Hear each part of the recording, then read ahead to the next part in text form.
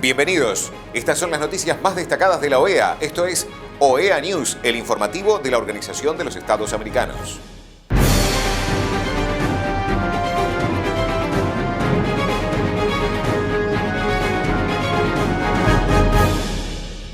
Es momento de compartir los títulos de las noticias más importantes que vamos a estar brindando a ustedes. Primera reunión de las altas autoridades del Grupo de Trabajo Conjunto de Cumbres. El secretario general de la OEA se reunió con el secretario general del CCG. La OEA conmemoró la primera Semana Interamericana de la Salud Mental. Encuentro, secretario general de la OEA y ministro de Relaciones Exteriores de Brasil. El secretario general de la OEA, Albert Ramdin, participó en la primera reunión de las altas autoridades del Grupo de Trabajo Conjunto de Cumbres en preparación para la 10ª Cumbre de las Américas. And I just want to, first of all, welcome everybody here today for this first Joint Summit Working Group. We all know the context in which this takes place as part of the preparations for the 10th Summit. I almost want to say an historical 10th Summit, not only because it's the 10th, but also because of what we are going to discuss and the expectations. But I want to welcome all of you. I want to also thank all of you individually as institutions for the collaboration over the past years since this whole summit process started in 1994 for the collaboration, for the support, but most importantly for the execution post-summit. And I will speak on that very specifically, how important that is. But I think this is a unique mechanism which we have in the world, to having on a regular basis heads of government at the highest political level speak to each other in a format which has evolved over time. This year very much private sector oriented as well, but that is of course for a good reason. And you have received, before I continue, the agenda for today. It is supposed to be a conversation also, but to hear your views in terms of the Summit of the Americas. I am very pleased when I spoke with Minister Roberto Alvarez a couple of weeks ago that he was happy and willing to join us to share, of course, the host country's views. In today's world where we live in global challenges, there's a glimmer of hope in terms of some regions where peace can hopefully prevail. We do have many challenges. So we live in a complex world, and this summit, for that same reason, takes place at a historic time when in many ways the world is changing. Not only because of the political views which are being expressed in terms of interstate relations, the role of global institutions like the United Nations, but also because we are dealing with new elements which will change our societies completely.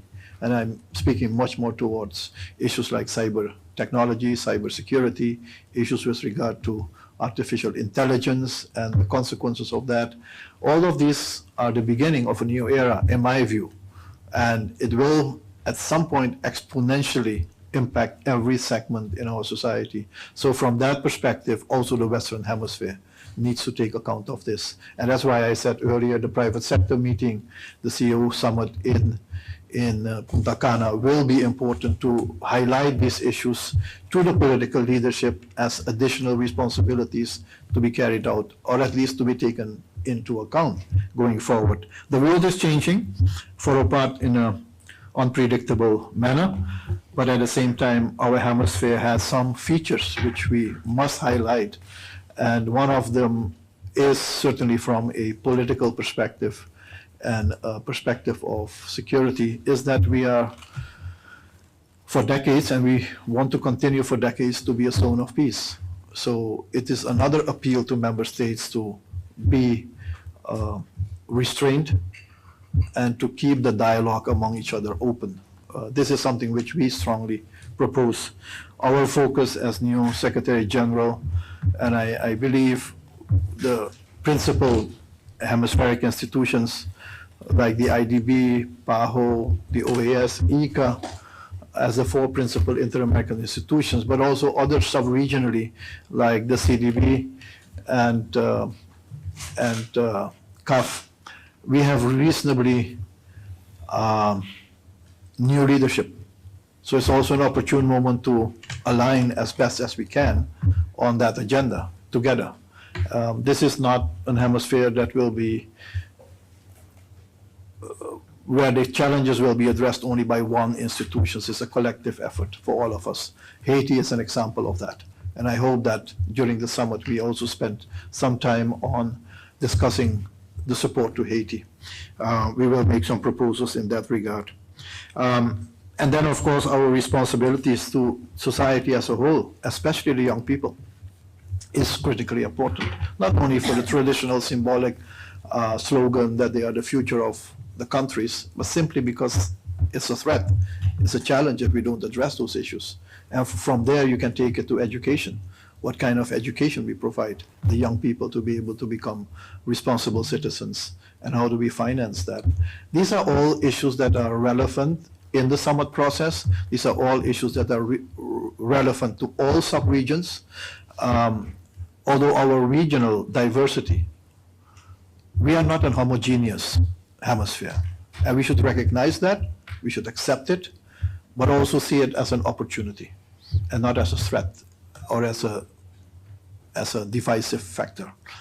The diversity which this hemisphere represents, from the Caribbean to Central America, North America, South America, and within all these subregions, again, diversities left and right, culturally, juridically, in terms of history, in terms of economic development, size, and so on, create a very unique hemisphere.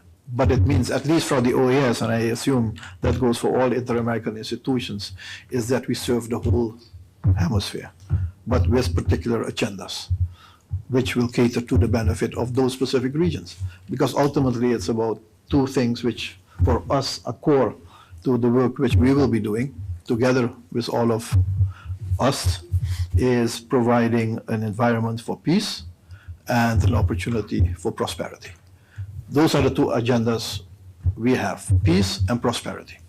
Peace means for us strengthening democracies, strengthening human rights systems, making sure that good governance takes place with all its aspects, that there is efficiency, that there is no corruption, at least that we can fight corruption, that there are issues with regard to becoming a society which is just and fair to everybody, and technology can help with that. And then on the prosperity side is, let's give the future and the current population a future of hope on the basis of sustainable economic opportunities. And that means we'll have to see how we educate our youth, how we organize our societies. It means creating jobs. It means steady income, and it means looking at the future in terms of creating strategic productive capacity in technology. We don't have those in the Western Hemisphere. There is a report which ECLAC, I think, brought out. We trade among ourselves only for 16% among our countries. The Europeans for 68%, Southeast Asia 55%. So that's not a good record. But as I said, I never look negatively to issues. I see an opportunity for growth. 16% must give us the opportunity at the summit to redirect our vision for the hemisphere, because we can be a strong global player as well. Our global footprint in terms of exports of productivity is low. It's one of the lowest.